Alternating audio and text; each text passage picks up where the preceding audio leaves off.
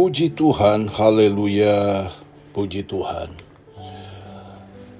Sebelum kita akan mendengar firman Tuhan, kita berdoa terlebih dahulu. Terima kasih Tuhan Yesus buat kesempatan yang Tuhan beri, dan Tuhan membuka hati dan pikiran kami untuk kami sama-sama menikmati kebenaran firman-Mu. Dalam nama Yesus kami berdoa. Amin.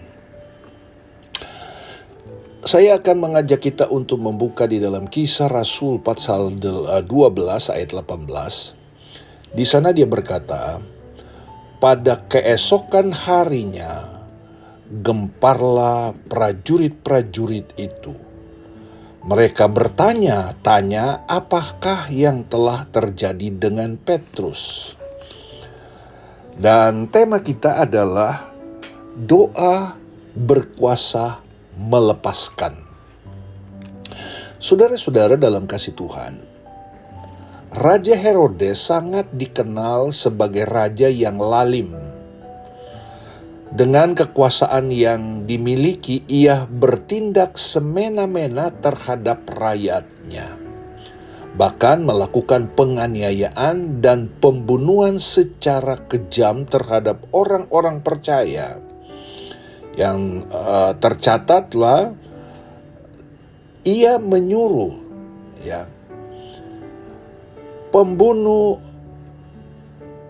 membunuh Yakobus, saudara Yohanes, dengan pedang. Ayat 2. Petrus tidak luput dari penahanan dan dipenjarakan.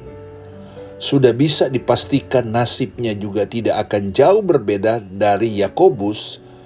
Saat berada di penjara, Petrus di bawah penjagaan 4 regu, masing-masing terdiri dari 4 prajurit. Ayat 4 bagian A. Habislah sudah harapan Petrus untuk melihat dunia luar, sebab ia dijaga ketat prajurit-prajurit Herodes. Lagi pula kaki tangannya dibelunggu dengan rantai yang sangat kuat. Petrus tahu bahwa hidupnya tidak akan lama lagi. Ia hanya bisa pasrah sepenuhnya kepada kehendak Tuhan. Dalam kondisi letih dan tak berdaya, Petrus tertidur pulas di antara prajurit yang menjaganya. Tetapi tiba-tiba berdirilah seorang malaikat Tuhan dekat Petrus dan bersinar dalam ruang itu. Malaikat itu menepuk Petrus dan membangunkannya. Katanya, bangunlah segera. Maka gugurlah rantai itu dari tangan Petrus. Di dalam ayat 7. Dengan caranya yang ajaib, Tuhan sanggup melepaskan Petrus dari penjara. Pintu itu terbuka dengan sendirinya bagi mereka, atau Petrus dan malaikat. Sesudah itu sesudah tiba di luar, mereka berjalan sampai ke ujung jalan, dan tiba-tiba malaikat itu meninggalkan dia. Ayat 10b. Nah, saudara-saudara, bagaimana Petrus dapat terlepas dari penjara, dari ikatan, dari ketidakberdayaan? Oleh karena kekuatan doa. Jadi Petrus di sini adalah merupakan satu contoh dalam kehidupan kita, bahwa ada kadang-kala kita dihadapkan dengan ketidakberdayaan lagi, kita terikat, tidak lagi dapat melepaskan diri, tidak ada harapan lagi, dan satu-satunya kita harus pasrah kepada Tuhan. Dan kita lihat Petrus mengalami hal yang sangat sulit sekali. Tetapi saudara-saudara, oleh karena kekuatan doa, ayat 5 bagian B, tetapi jemaat dengan tekun mendoakan kepada Allah. Ada kebersamaan satu dengan lain. Jemaatnya mendoakan. Tidak hanya mereka menerima berkat-berkat, arahan, doa dari Petrus, nasihat firman Tuhan dari Petrus, tetapi mereka juga, saudara-saudara, punya tanggung jawab melakukan kehendak Allah. Antara lainnya adalah mendoakan. Bukan sembarangan doa, tetapi doa yang dilakukan dengan tekun. Jadi mereka itu bertekun. Karena doa tekun itu tergeraklah sorga dan kuasa Tuhan bekerja sehingga menurunkan malaikatnya untuk melepaskan semua rantai yang membelenggu Petrus sehingga ia luput dari kematian. Ada satu gerakan yang luar biasa, yaitu doa. Doa inilah yang menjadi penggerak iman mereka kepada Tuhan. Dan Tuhan melakukan tugasnya Tuhan melalui malaikat untuk melepaskan Petrus. Melepaskan Petrus yang sungguh-sungguh menyerah kepada Tuhan. Melepaskan dari kesulitan. Melepaskan dari keterpurukan. Melepaskan dari stres.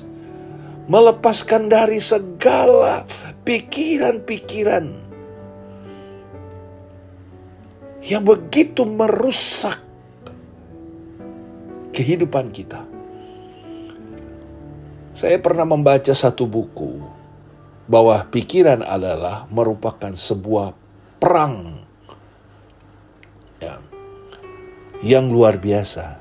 Mungkin saat ini kita sedang terbelenggu oleh karena permasalahan hidup yang ada. Dan sepertinya kita sudah tidak punya harapan lagi.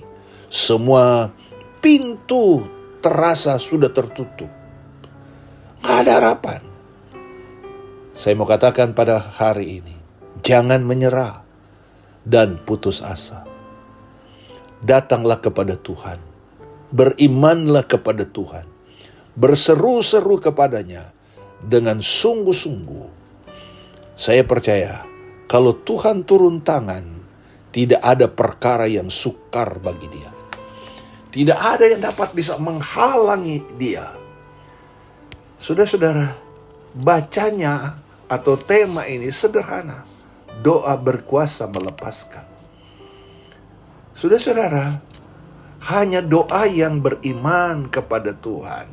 Hanya doa yang sungguh-sungguh penuh penyerahan kepada Tuhan yang akan dapat melepaskan segala keterpurukan kita. Ya, melepaskan segala kesulitan yang kita hadapi. Itu sebabnya jangan anggap enteng yang namanya waktu berdoa. Ya. Seberapa lama engkau ada di dalam Tuhan, puji Tuhan. Tapi kalau doamu kurang, maka saya percaya engkau tidak akan pernah melihat kuasa mujizat itu akan terjadi dalam hidup kita. Tapi saya percaya kita memiliki iman yang sungguh. Kita mempunyai waktu untuk berdoa. Karena doa yang benar, doa yang dialaskan karena iman kita kepada Tuhan adalah mampu merubah situasi yang sulit menjadi situasi yang berkemenangan. Tuhan Yesus menolong kita semua. Ingat, doa berkuasa melepaskan segala kesulitan. Amin.